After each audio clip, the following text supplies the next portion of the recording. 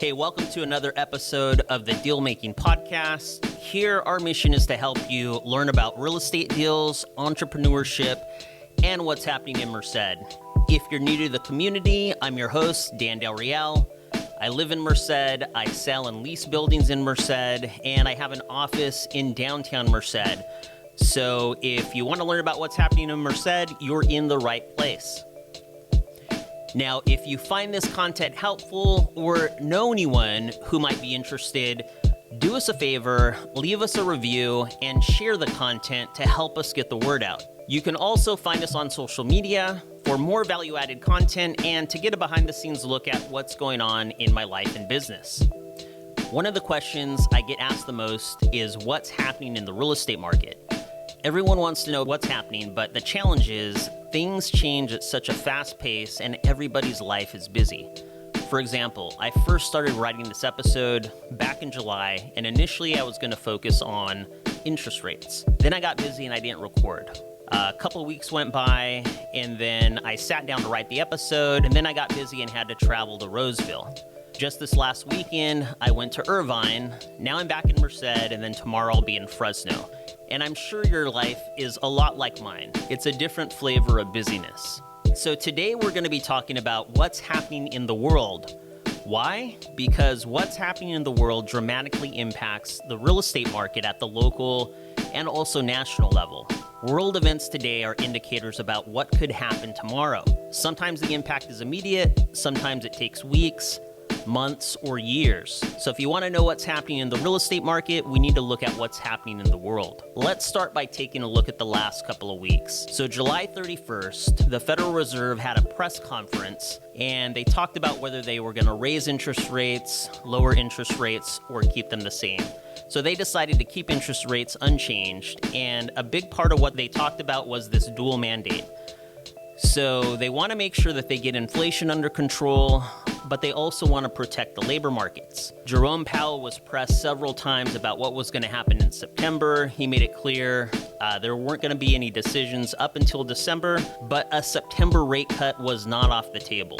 All right, so the next day, August 1st, there was a jobs report that was released, which showed weaker than expected jobs. 114,000 jobs were added when it was projected to be 170,000. So signs of continued deterioration in the employment sector. If you remember, the Fed has a dual mandate. They want to get inflation under control, but they also want to make sure that the labor markets are not damaged. So at this point, the possibility of a rate cut seems inevitable. You know, there's some chatter about potentially the Fed cutting interest rates by 0.25% up to potentially a 0.5% cut. Then the next day, on August 2nd, towards the end of the day, there were rumors of the Japan stock market crashing. This was on a Friday. And then on Monday, August 5th, the Japanese stock market crashed. And so the Nikkei decreased by a little bit over 12%. It eventually gained back 10%. The Dow, S&P, and NASDAQ were all down about 0.33% to just under 4%. The Dow lost 1,030 points and eventually gained back 550 points.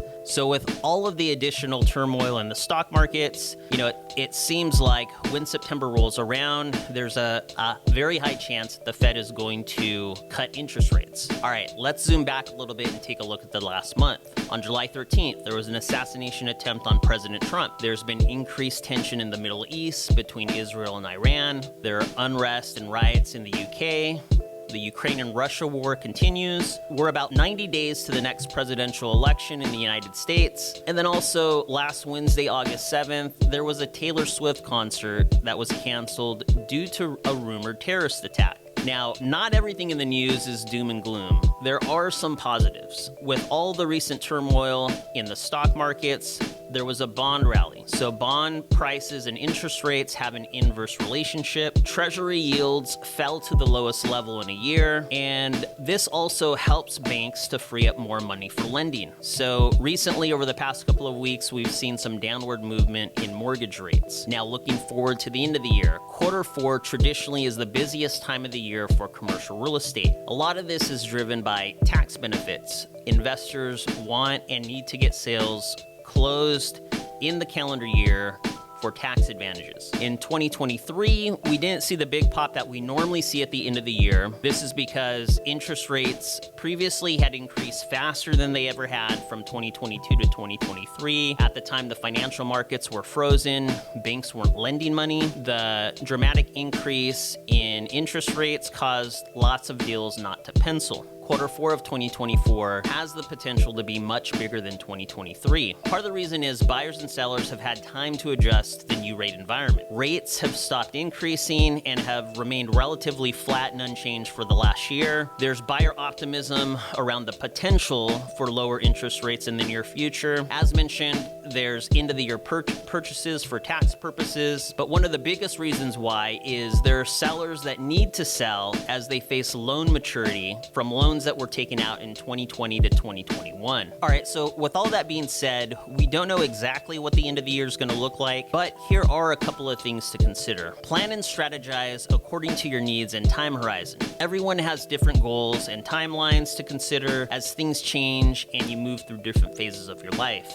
If you're in your 20s and you're starting a family and you're starting to have kids with your entire career ahead of you, well, that's a much different place than being in your 50s or 60s with the kids grown up, grandkids here, and retirement around the corner. Also remember that real estate is hyper-local. Merced is currently experiencing growth, largely driven by the University of California Merced campus, which is currently and for the foreseeable future is in growth mode. I spent the weekend traveling with my wife and daughters to Southern California, and while we were down there, we went to go look at the University of California Irvine campus. In the 1960s, the Irvine Company sold 1,000 acres to the University of California for $1. In the last 65 years, Irvine has transformed from what was farmland to what it is today. UC Merced is about 20 years old and positioned for dramatic growth. So as you think about the Merced real estate market and what's going to happen, just remember we're dramatically impacted by what happens to UC Merced, and it's going to be growing for a long time coming. All right, that's all I have for you today, but I want to hear from you. What do you think about everything that's happening in the world? What do you think about the real estate market? Do you have questions about the Merced real estate market? Do you need help with buying, selling, or leasing a building? Whatever it is you have to say, I want to hear from you. So drop me a comment or hit me up in the DMs. And also remember to help us get the word out. Subscribe to the channel, like this video, follow us on social media, and if you find any value in our content, please share this with people you know and help us add value to them as well. Thanks for spending time today. We'll talk to you soon.